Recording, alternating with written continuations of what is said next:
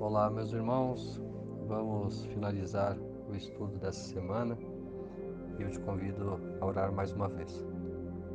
Senhor Jesus, obrigado porque ao longo dessa semana nós podemos estudar o papel do santuário dentro da nova aliança.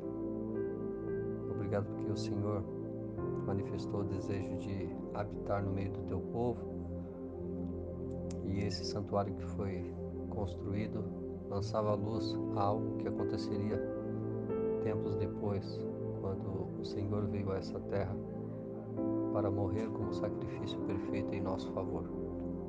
E também a sombra do santuário celestial onde o Senhor atua por nós hoje. Pedimos que o Senhor nos ajude a compreender ainda mais a Tua palavra, a buscar a Tua presença. Em nome de Jesus é que te pedimos e agradecemos. Amém.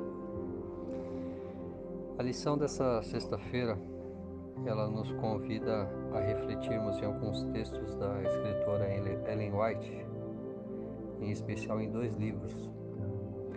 Primeiro, no livro Mensagens Escolhidas, volume 1, na página 257.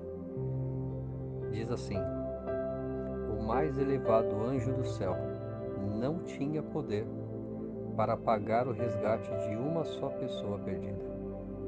Querubins e serafins só têm a glória com a qual são dotados pelo Criador, como suas criaturas que são, e a reconciliação do homem com Deus só podia ser realizada mediante um mediador que fosse igual a Deus, possuísse atributos que o dignificassem e o declarassem digno de tratar com o infinito Deus em favor do homem, e também representasse Deus a um mundo caído.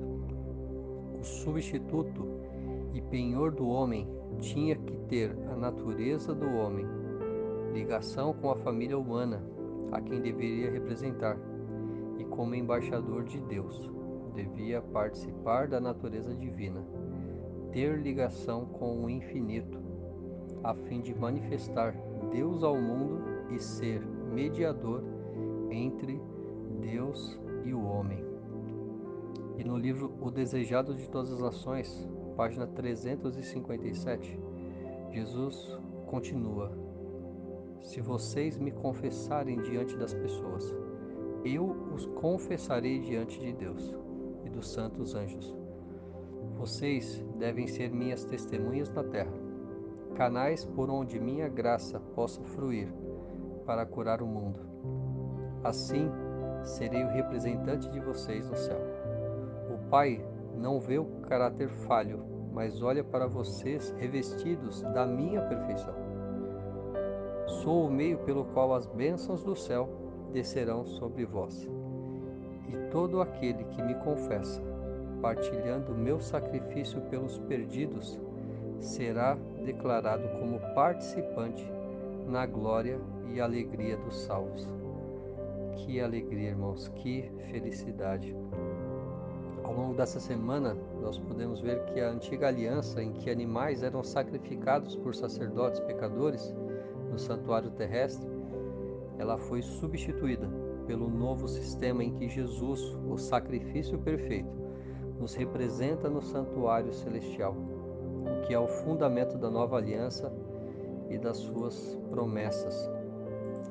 E também é incrível como, de forma vívida e inequívoca, o Novo Testamento, em especial o livro de Hebreus, e até mesmo o do Apocalipse também, ensina sobre o santuário celestial e o seu lugar central no plano da salvação. O santuário é, de certo modo, o plano da salvação. O Evangelho e a aliança expressos de modo amplo e claro. Não se pode entender verdadeiramente do que se trata a aliança sem algum conhecimento do serviço do santuário e o que ele significa. Resumindo, antes nós tínhamos um santuário onde o cordeiro era sacrificado no lugar do pecador para que esse tivesse o seu sangue, a sua vida remida o seu pecado perdoado. Quem fazia isso era um sacerdote. Um ser humano, assim como eu e você, passível de falhar, como nós vimos na própria Bíblia, em diversas situações, eles falhando. O animal não era o ser perfeito, por mais que atendesse às exigências de Deus, um animal limpo, sem manchas, sem qualquer tipo de deficiência, mas ainda assim não era o suficiente para nos remir dos pecados que nós cometemos. Por isso que a dita antiga aliança, ela era imperfeita, porque os elementos que faziam parte dela eram imperfeitos. Então, mas nós compreendemos que eles lançavam luz a algo que aconteceria depois. Era necessário que houvesse um sacrifício perfeito. E Jesus veio na condição humana, teve uma vida perfeita, se habilitou como o Cordeiro perfeito para tirar o pecado de todo o mundo, não apenas de um pecador em especial, mas em favor de todos. E então, ele, em sua perfeição e também em sua divindade, passa a atuar como sacerdote do santuário celestial, intercedendo por Deus. Hoje nós podemos nos dirigir a Deus porque Cristo faz essa intercessão. Não mais um ser imperfeito, pecador e falho como eu e você, mas realmente um ser digno de estar na presença de Deus e nos representar. Sabe, quando nós muitas vezes não nos achamos dignos de estar em determinados lugares, de fazer determinadas coisas, e aí de repente encontramos alguém que pode nos representar, um advogado. O advogado ilustra perfeitamente essa figura, porque nós não podemos nos dirigir a um juiz por todas as circunstâncias aí legais que existem. É necessário que seja constituído um advogado, alguém que entenda a nossa necessidade e transmita a nossa defesa perante o juiz, para que nós venhamos a ser absolvidos, não pelos nossos méritos, mas pelos méritos de Cristo. É maravilhoso saber que Deus, ele, mesmo antes do homem pecar, ele já tinha tudo desenhado, tudo planejado, porque não é desejo de Deus que nós venhamos a viver em pecado, não é desejo de Deus que nós venhamos a sofrer a condenação do pecado.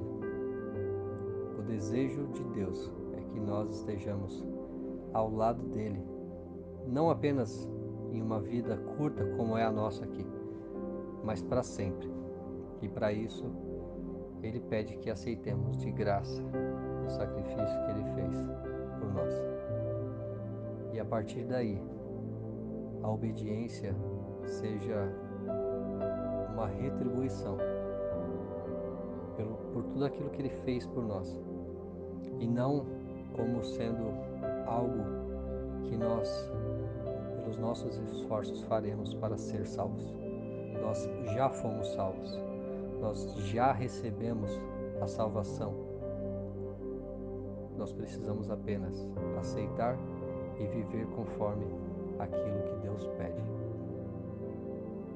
Que o Senhor possa abençoar você de maneira grandiosa. Obrigado pela oportunidade de, ao longo dessa semana, nós podermos meditar nessa maravilha que é o sacrifício de Cristo, o amor dele por nós, e saber que temos esperança de um viver muito, infinitamente melhor do que nós poderíamos ter aqui nessa terra.